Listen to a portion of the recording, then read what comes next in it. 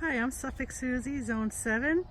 We've got a chilly, overcast fall day here on Long Island, New York. And I'm out in the rock garden planting some bulbs. I'm standing on the sidewalk with my back to the street, and you never realize how noisy your street is or how busy it is until you're recording a video. So in preparation for the spring, I planted some bulbs here. I did the blue grape hyacinths within the little rock area here.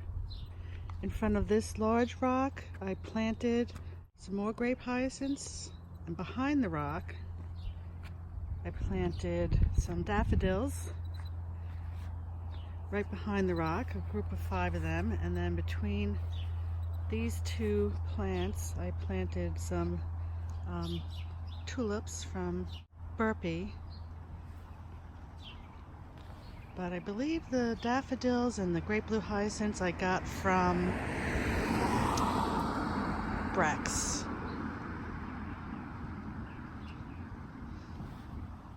This plant here is a pink Mediterranean heather, which bloomed beautifully in the spring and is supposed to bloom again in the fall if you deadhead it in the spring, which I did, and I see there's new growth on there, and I'm not sure if that's just going to be green or if they're going to turn pink again.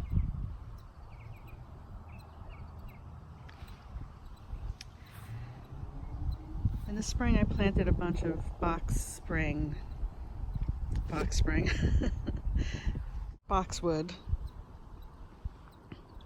evergreens,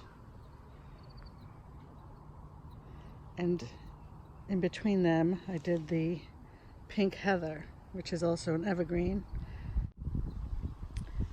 These alyssum are amazing. I'm going to get the lavender color next year also. And also what did amazing was the Bordeaux Supertunias. You can see they're blooming a little bit now, but they bloomed all summer, spring and summer long. And the reason why they're not blooming so good now is because I pretty much stopped my watering routine in September, which was not a good idea. The Supertunia Bordeaux suffered because of that. But I planted some more grape hyacinths here and some here, and I planted some tulip bulbs there, some tulips here, tulips, grape hyacinths. And in this area, it's pretty much the older part of the rock garden. There's existing tulips that'll come up in the spring here.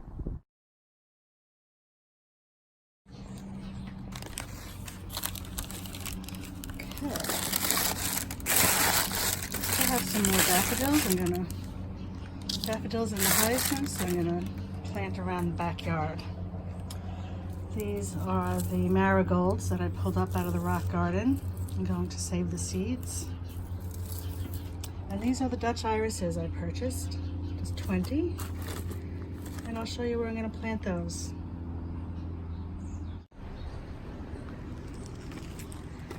I won't be planting them here. This is the vegetable garden.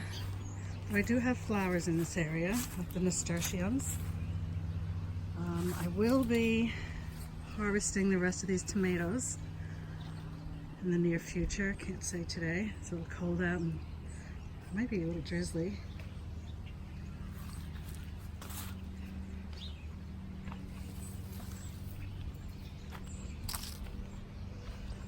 I left these vines here from the squash because the bees are still enjoying them. This is empty. These are some cosmos, the marmalade cosmos.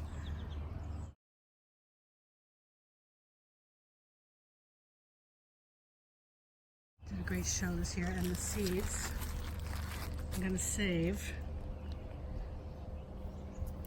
They just fall right off. And I'll plant them, maybe even if I scattered them now, they'll come up more next year, but I'm going to start them indoors next year. In the guess late February, maybe March.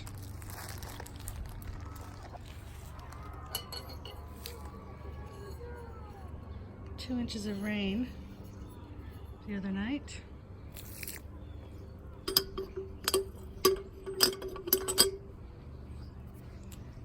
I used the rain gauge for the tomatoes during tomato season, because if I get 2 inches of rain, I know I don't have to water for a week.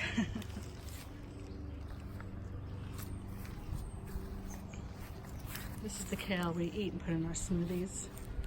This is where I just planted some garlic, probably a week or two earlier than what the Farmer's Almanac says you should do. And look at these pretty flowers on the Malabar spinach. I think this is such a pretty vine.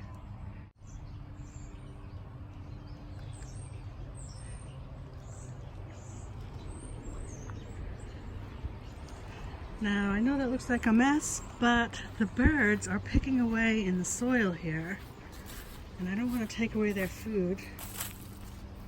I also have carrots here that sure are ready to harvest. Yeah, you see those? These here are a little crowded, but they're about finger size. In this bed, I put these Tabasco peppers, and they're blooming, and I see I have a pepper here, but it's getting cold, and I know peppers like the heat. I'm not sure I'm going to get much from this Tabasco plant. Now this, I had forgotten what it was, and I had to go back to my old videos. This is cardinal basil. So it's basil where you can use the leaves for culinary purposes, but it's supposed to get huge puffs of purple flowers, purple reddish flowers, and these actually smell like licorice. And this is an eggplant, beautiful flower. I'm not going to get fruit on this year, but again, the bees.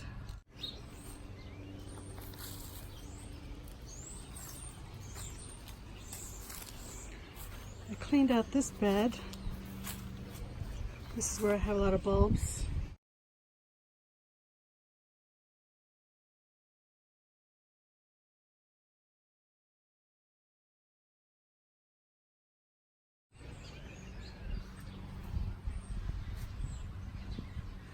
I'm planting this mum. But let me show you these amazing mums.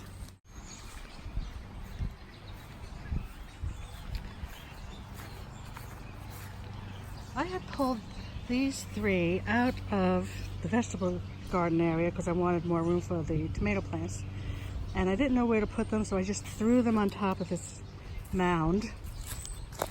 And you can see this is the mound.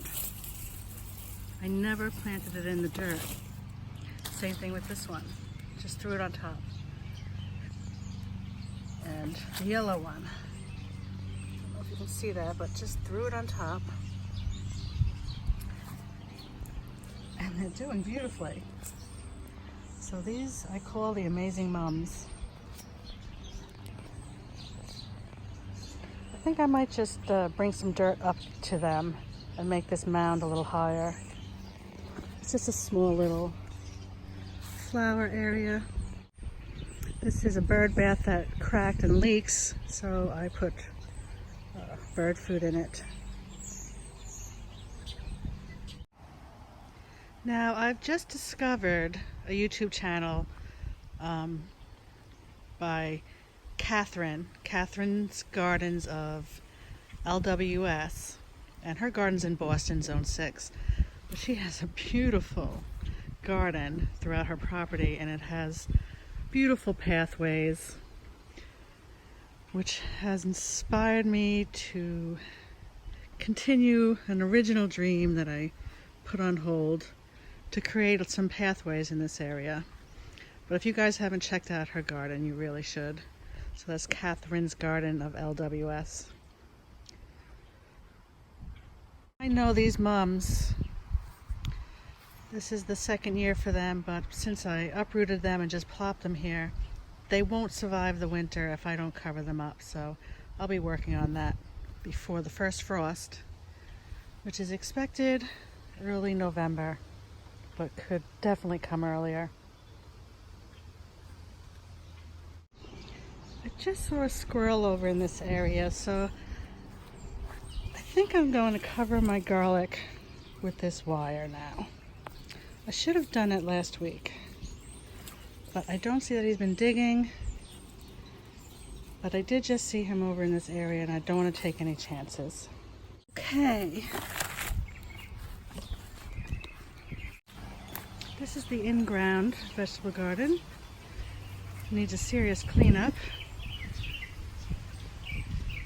But this is where I'm going to plant the irises. Now I know the leaves you can't cut back on irises, or with tulips anyway, and they have to go down and feed the bulb again. It might be the same case for the irises. I have to check that out. So I'm going to plant them fairly towards the deck so I can plant something in front of it to hide the foliage as it starts dying. Okay, so the iris bulbs have to go in 5 inches deep, just like the tulips. Now, our soil here is clay. Not crazy clay, but on the clay side.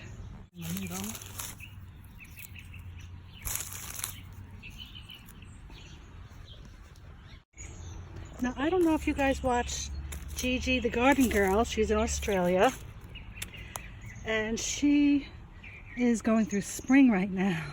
She's got a beautiful garden, and if it wasn't for her, I would not be planting any of these bulbs today in preparation for spring. So thank you, Bren from Gigi the Garden Girl. What happened to my gloves? Okay, so I have 8 bulbs planted here of the Dutch iris. And now I gotta find another location for the rest of them. I don't know, maybe I will put them in the front.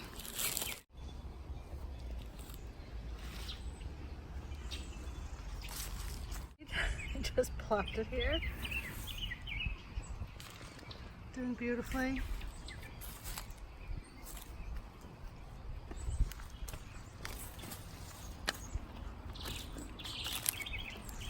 And the strawberry flower is still blooming.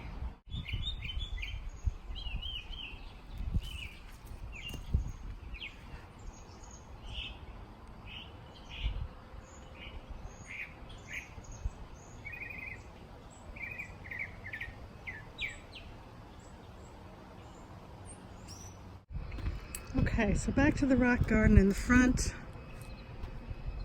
I am going to plant the rest of these Dutch irises right here in this little nook. I just have to look at a past video and make sure there's no tulips planted here. I know they're pretty much under where this little stand is, holding this pumpkin, and some to the left of it, and some to the right here. But I'm pretty sure this will be safe here. And of course I have leftover again. They're gonna have to go down by the mailman path. Okay, so that's done.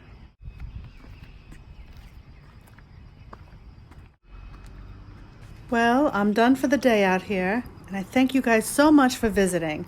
I hope you enjoyed it.